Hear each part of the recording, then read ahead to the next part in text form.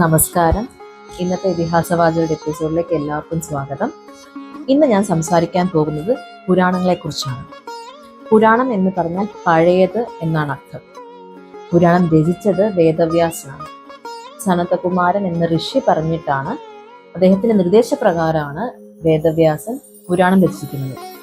പുരാണത്തിനെ 5ാമത്തെ വേദമായിട്ടാണ് കണക്കാക്കപ്പെടുന്നത്. വേദവ്യാസൻ രചിച്ച പുരാണം പിന്നീട് കൈമാറി വന്ന് മഹാപുരാണങ്ങളും ഉപപുരാണങ്ങളുമായി മാറി എന്നാണ് പറയപ്പെടുന്നത്. ഈ മഹാപുരാണങ്ങൾ എന്ന് പറഞ്ഞാൽ 18 ഉണ്ട്.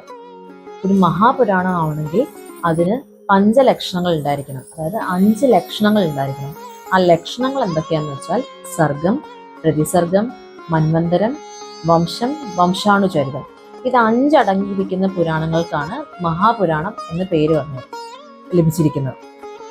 അപ്പോൾ ഈ സർഗം എന്ന് പറഞ്ഞാൽ മത്സ്യപുരാണത്തിൽ പറഞ്ഞിട്ടുണ്ട്. ഈ മത്സ്യപുരാണത്തിൽ ഇതിനെക്കുറിച്ചൊക്കെ പറഞ്ഞിട്ടുണ്ട്. അതായത് ഒരു മഹാപുരാണം ആവേണ്ടതിന്റെ പ്രത്യേകതകൾ എന്തൊക്കെയാണെന്നുള്ളത് മത്സ്യപുരാണത്തിൽ പറഞ്ഞിട്ടുണ്ട്. അപ്പൊ അതിനകത്ത് സർഗം എന്താന്ന് വെച്ചാൽ പറഞ്ഞേക്കുന്ന വെച്ചാൽ ആദ്യത്തെ സൃഷ്ടി മുതൽ അതിന്റെ നാശം വരെ ഉള്ളതാണ് സർഗം.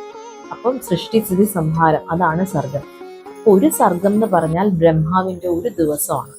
ബ്രഹ്മാവിന്റെ ഒരു ദിവസത്തിനെ പറയുന്നത് കൽപ്പം എന്നാണ്. അതായത് പറയപ്പെടുന്നത് എന്താണെന്ന് വെച്ചാൽ ബ്രഹ്മാവ് ഉറങ്ങുമ്പോഴാണ് ലോകം നശിക്കുന്നതെന്നാണ് പറയുന്നത്. പ്രളയം വന്ന് നശിക്കും എന്നാണ്. സമയത്തിനെ മനസ്സിലാക്കാൻ അല്ലെങ്കിൽ സമയത്തിനെ യുഗങ്ങൾ വെച്ചിട്ടാണ് പറയുന്നത്. നമുക്ക് 4 യുഗങ്ങളാണുള്ളത്: കൃതയുഗം, ത്രേതായുഗം, ദ്വാപരയുഗം, കലിയുഗം. കൃതയുഗത്തിൽ 4000 വർഷവും, ത്രേതായുഗത്തിൽ 3000 വർഷവും, ദ്വാപരയുഗത്തിൽ 2000 വർഷവും, കലിയുഗത്തിൽ 1000 വർഷമാണെന്നാണ് പറയുന്നത്. ഒരു കാര്യം നമ്മൾ ശ്രദ്ധിക്കേണ്ടതെന്ന് വെച്ചാൽ ഇതൊന്നും മനുഷ്യന്റെ രീതിയിലുള്ള കണക്കുകൂട്ടലുകളല്ല, ഇതൊക്കെ ഈശ്വരന്റെ രീതിയിലുള്ള കണക്കുകൂട്ടലാണ്. അപ്പോൾ 1000 എന്ന് പറയുമ്പോൾ കൃത്യമായിട്ട് 1000 വർഷമായിരിക്കില്ല. അത് നമ്മുടെ ഈശ്വരന്മാരുടെ കണക്കിലാണ് ഈ 1000 വർഷം എന്ന് പറയുന്നത്. അപ്പോൾ ഒരു മഹായുഗം എന്ന് പറഞ്ഞാൽ കൃതയുഗം മുതൽ കലിയുഗം വരെയുള്ളതാണ്. കൃതയുഗം തുടങ്ങി കലിയുഗം ഒടുക്കം വരെയുള്ളതാണ് മഹായുഗം എന്ന് പറയുന്നത്. അപ്പൊ ഈ കണക്ക് വെച്ച് നമ്മൾ വിചാരിക്കും 10000 വർഷമാണ് ഒരു മഹായുഗം ആവുന്നതെന്ന്. പക്ഷെ അല്ല. ഈ കൃതയുഗത്തില് തുടക്കത്തിൽ ഒരധികമായിട്ട് 400 വർഷവും അവസാനമായിട്ടൊരു 400 വർഷമുണ്ട്. അതുപോലെ തന്നെ ത്രേതായുഗത്തിലും തുടക്കത്തിൽ ഒരധികം 300 വർഷം, ഒടുക്കത്തിലും 300 വർഷമുണ്ട്. ദ്വാപരയുഗത്തിലും തുടക്കത്തിൽ 200 വർഷം, ഒടുക്കത്തിൽ 200 വർഷം.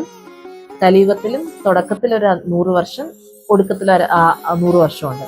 അപ്പൊ മൊത്തം 12000 വർഷങ്ങളാണ് ഒരു മഹായുഗം ആവുന്നത്. അങ്ങനെ 1000 മഹായുഗങ്ങൾ ചേരുന്നതാണ് ഒരു കൽപ്പം. ഒരു കൽപ്പം എന്ന് പറഞ്ഞാൽ ബ്രഹ്മാവിന്റെ ഒരു ദിവസം.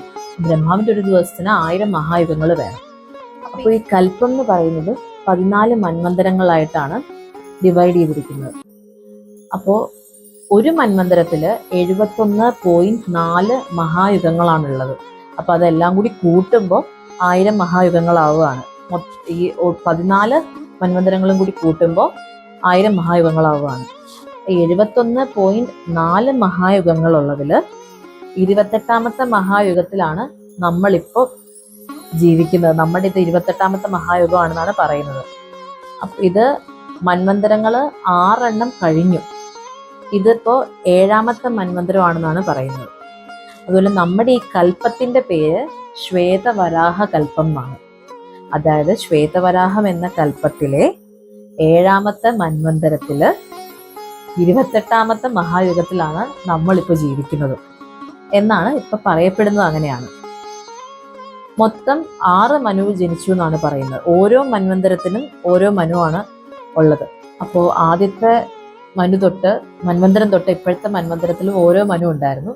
സ്വയംഭുവ മനു, സ്വരോചിഷ മനു, ഉത്തമ മനു, താപസ മനു, റൈവത മനു, ചക്ഷുഷ മനു. ഇപ്പൊ വൈവാസ്വത മനു ആണ് ഉള്ളതെന്നാണ് പറയുന്നത്. അപ്പോൾ അങ്ങനെ നോക്കുകയാണെങ്കിൽ ഈ 71.4 മഹായുഗങ്ങളിൽ 28ാമത്തെ മഹായുഗത്തിൽ ഇരിക്കുന്ന നമുക്ക് 28ാമത്തെ വേദവ്യാസനാണ് ഇപ്പോൾ ഉള്ളത്. ഈ മഹായുഗത്തിൽ 28ാമത്തെ വേദവ്യാസനായിരുന്നു. അപ്പൊ ഇതാണ് മന്വന്തരം എന്ന് പറഞ്ഞാൽ. പിന്നെ ഇനി പ്രതിസർഗം എന്നു പറഞ്ഞാൽ എന്താ വെച്ചാൽ ഈ ഉള്ള സൃഷ്ടിയിലും നാശത്തിലും ഒക്കെ അതിൻ്റെ ഇടയ്ക്ക് തന്നെ വേറെ ചെറിയ സൃഷ്ടികളും നാശങ്ങളും നടക്കുന്നുണ്ട്. അതിനെയാണ് പ്രതിസർഗം എന്ന് പറയുന്നത്. 2 വംശങ്ങളാണുള്ളത്, സൂര്യവംശവും ചന്ദ്രവംശവും. അപ്പോൾ ഇവിടെ ജനിച്ചിരിക്കുന്ന രാജാക്കന്മാരെല്ലാം ഇതിലേതെങ്കിലും ഒരു വംശത്തിൽ ജനിച്ചവരായിരിക്കും. അപ്പൊ ഈ വംശത്തിനെ കുറിച്ചും അവരുടെ വംശത്തിൽ ജനിച്ച രാജാക്കന്മാരെ കുറിച്ചും അവരുടെ ഉത്തരവാദിത്തങ്ങൾ എങ്ങനെയാണ് അവർ ജീവിക്കേണ്ടത് എന്നുള്ളതിനെ കുറിച്ചൊക്കെ പറയുന്നതാണ് വംശാണുചരിതം.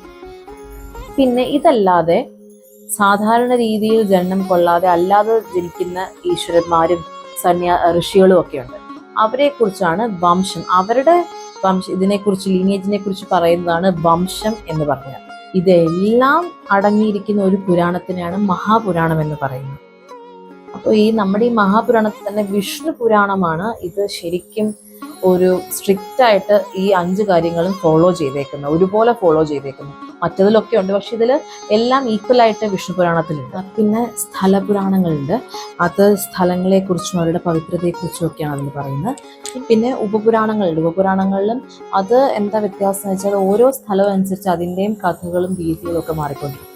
നമുക്കിനി അടുത്ത എപ്പിസോഡിൽ കാണാം. അതുവരെ നന്ദി, നമസ്കാരം.